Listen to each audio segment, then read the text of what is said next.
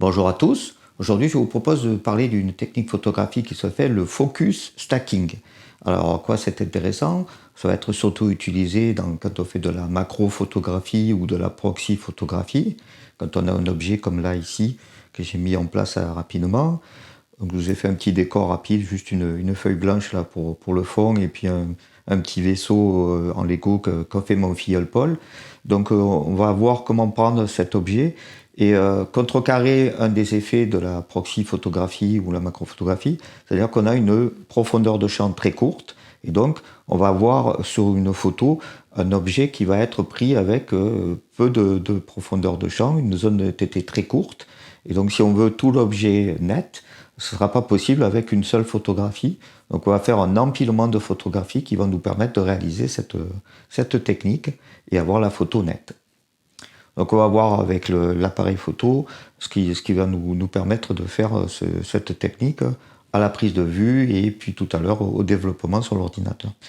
Donc pour comprendre, il faut se rappeler tout simplement que la zone de netteté, ça va être par rapport à un plan focal. Donc ici, vous avez l'objet qui va être pris en photo et là l'appareil photo. Et donc en fait, tout simplement, la mise au point, c'est une distance. Et donc en fait, quand on part d'ici, on va avoir la mise au point qui va être plus ou moins proche du sujet. Et donc c'est en fonction de ça qu'on va se retrouver avec une zone de TT très nette, que la première mise au point va arriver ici. Et donc ça va être ce petit bout d'aile qui va être le premier endroit qui va être net sur la photo. Et en fonction de votre profondeur de champ, si vous avez un peu plus là, un peu plus là, vous avez plus ou moins l'objet net. Et comme elle va être très courte en macrophotographie ou en proxy-photographie, vous allez vous retrouver qu'avec qu'un petit bout de l'objet qui va être net. Donc l'idée, c'est ici de faire plusieurs photos avec cette zone de netteté qui va progresser petit à petit pour pouvoir faire tout l'objet net avec empilement.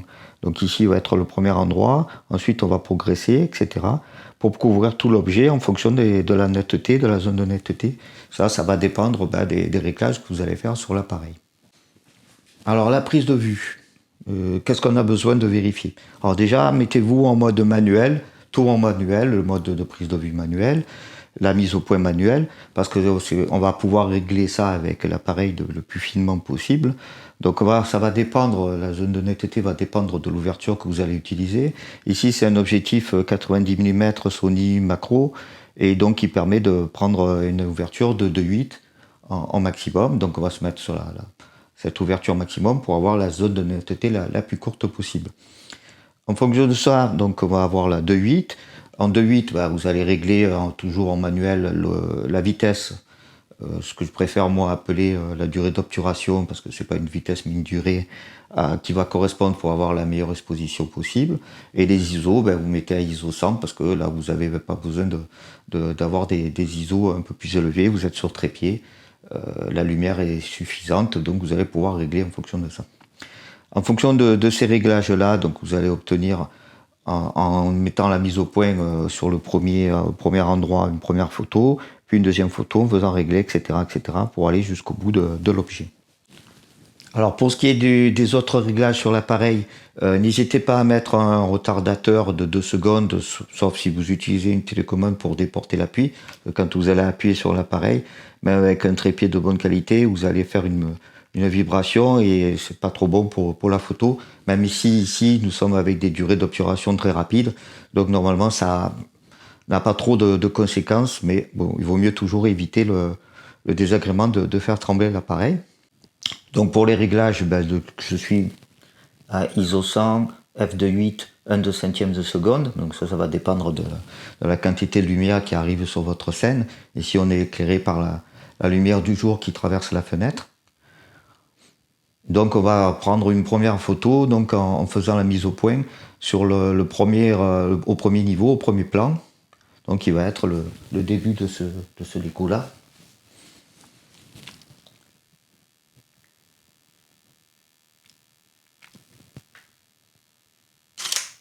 Donc on voit bien sur la photo qu'on vient de prendre que le tout début de l'objet du vaisseau est net, mais que rapidement on est dans une zone de flou, et donc que le reste de l'objet est flou. Donc ça peut être un parti pris de faire la photo comme ça, c'est souvent le cas d'ailleurs pour ce genre de photographie.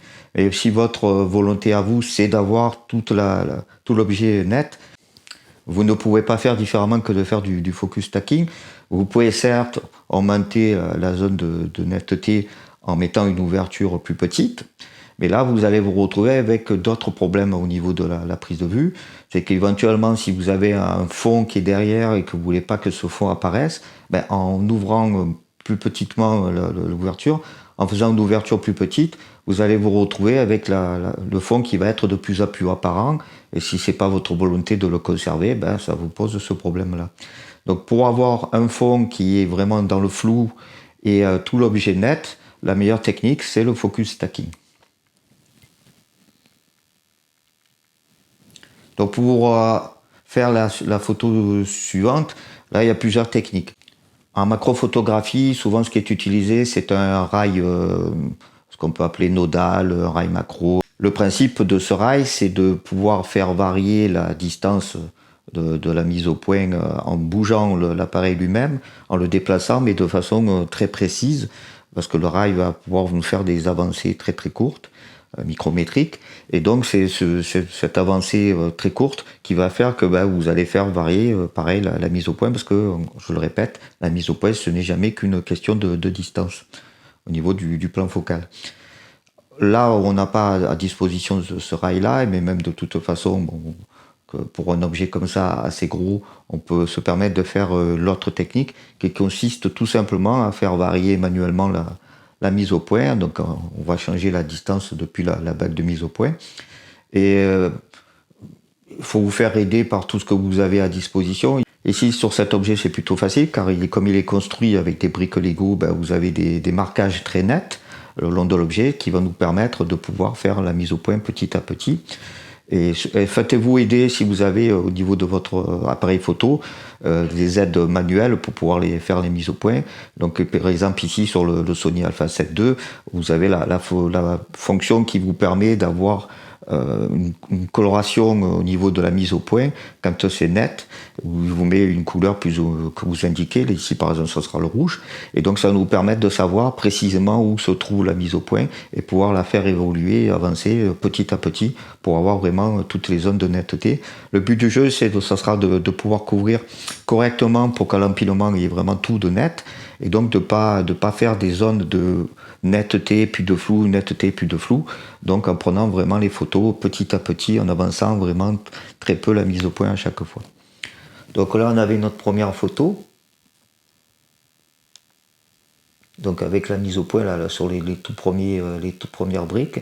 Donc on va essayer d'avancer cette mise au point pour aller vers le fond de l'objet.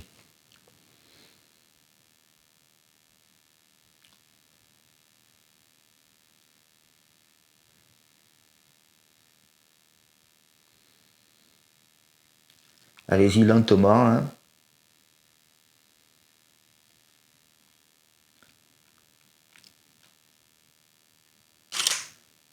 Là, il ne faut pas être pressé, il faut prendre son temps, il faut regarder à chaque fois quand vous progressez, si vous progressez pas trop vite, pour pouvoir couvrir la zone de netteté, que les différentes photos se chevauchent dans cette zone-là, et que quand il fasse l'empilement, vous ne perdez pas en netteté.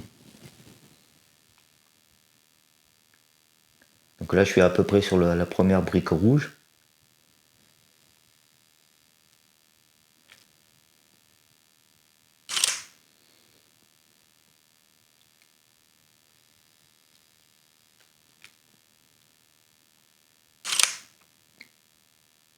Chaque fois, vous surveillez bien le résultat.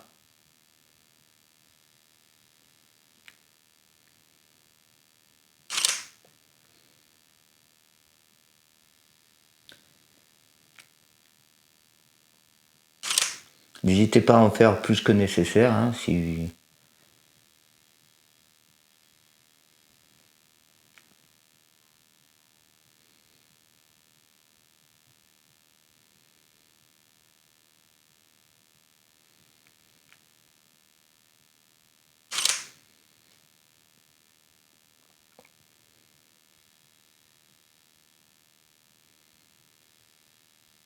Voilà, donc là j'ai plus rien de net si j'ai dépassé la zone de mise au point.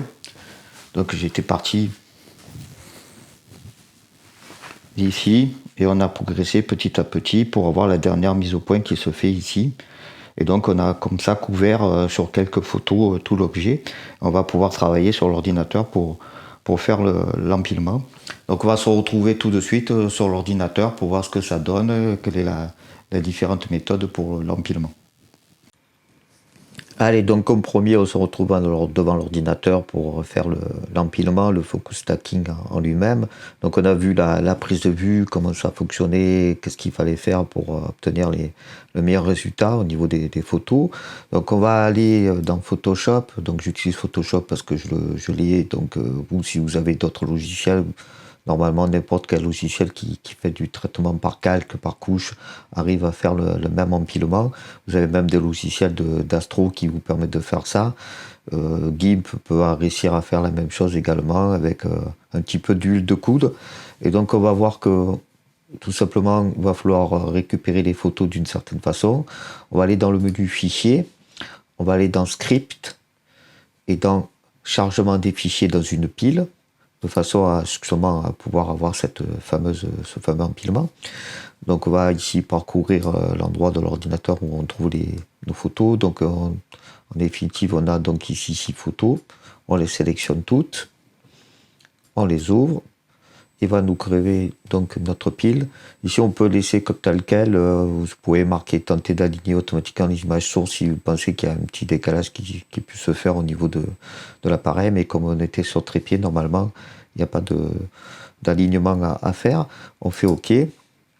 Il va nous récupérer les différentes photos, les 6 photos, et nous les mettre donc dans différents calques, dans 6 calques. Et c'est ça qui va nous permettre de faire l'empilement. Donc on le voit ici, la photo, c'est la première photo qui se retrouve en haut de la pile. Donc c'est celle qui est apparente. Si vous la mettez en invisible, ben vous allez voir la photo suivante, etc., etc.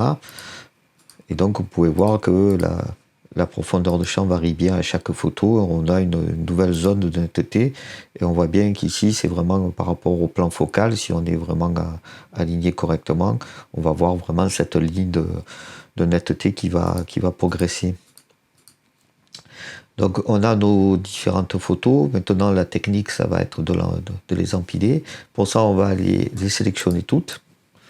Donc on peut sélectionner la première, faire majuscule et sélectionner la dernière, ça va toutes nous les sélectionner. C'est important de les sélectionner parce que comme ça, après quand vous allez dans édition, fusion automatique des calques, il va vous proposer 2 méthodes de fusion, la méthode panorama et la méthode d'empiler les images. Vous vous doutez ici, c'est empiler les images qui nous intéressent. Panorama, c'est quand on a fait plusieurs photos d'un paysage par exemple, pour en faire plus qu'une seule photo en les regroupant. Ici on va empiler les images, on fait OK. Il va y avoir un petit temps de calcul parce qu'à chaque fois Photoshop va calculer quelle est la partie de la photo qu'il faut garder par rapport à la zone de netteté et va nous faire des masques. On va voir tout de suite à la fin du résultat. On va voir comme ça pour chaque photo quelle partie il a considéré comme étant la plus nette et qu'il faut conserver ou pas. Et donc ça nous permet de voir comme ça ce qui lui paraît être intéressant à garder dans le résultat final. Donc voilà, là on voit ici le résultat. Donc ici vous voyez la photo avec la maximisation de la netteté sur notre objet. Donc si je fais un commande Z pour voir 100, vous voyez qu'ici on n'a que la première photo avec la toute première netteté qui est au tout début de l'aile du vaisseau. Alors que si je remets le résultat final, ben on a vraiment la netteté sur l'ensemble de l'objet. Et donc comme ça on gagne en zone de netteté sans pour autant avoir le flou d'arrière-plan qui est différent. Et on conserve le fond hors zone de netteté et tout en ayant l'objet le plus net possible. Vous voyez, c'est pas trop compliqué. Il faut juste s'appliquer à la prise de vue pour avoir des différentes photos au niveau de la netteté qui se chevauchent le plus possible pour qu'après, quand le Photoshop ou l'autre autre logiciel va faire l'empilement, il arrive à avoir des zones de netteté qui se chevauchent et pas avoir un effet désagréable de netteté de flou, comme ça peut arriver malheureusement. Et donc, au plus vous prenez de photos, au plus vous avez de chances d'avoir cette zone de netteté partout. Et ça va vous permettre comme ça de faire de la macrophotographie ou de la proxy-photographie avec une zone de netteté bien plus large. Voilà, c'est tout pour la technique focus stacking. Je vous conseille de vous entraîner, c'est toujours assez amusant à faire la première fois. Et ça permet d'obtenir des résultats assez bluffants. Si vous choisissez bien l'objet, le sujet à photographier et la mise en scène, le fond, etc., ça peut vous donner des résultats spectaculaires. À bientôt sur Juste Mise au Point.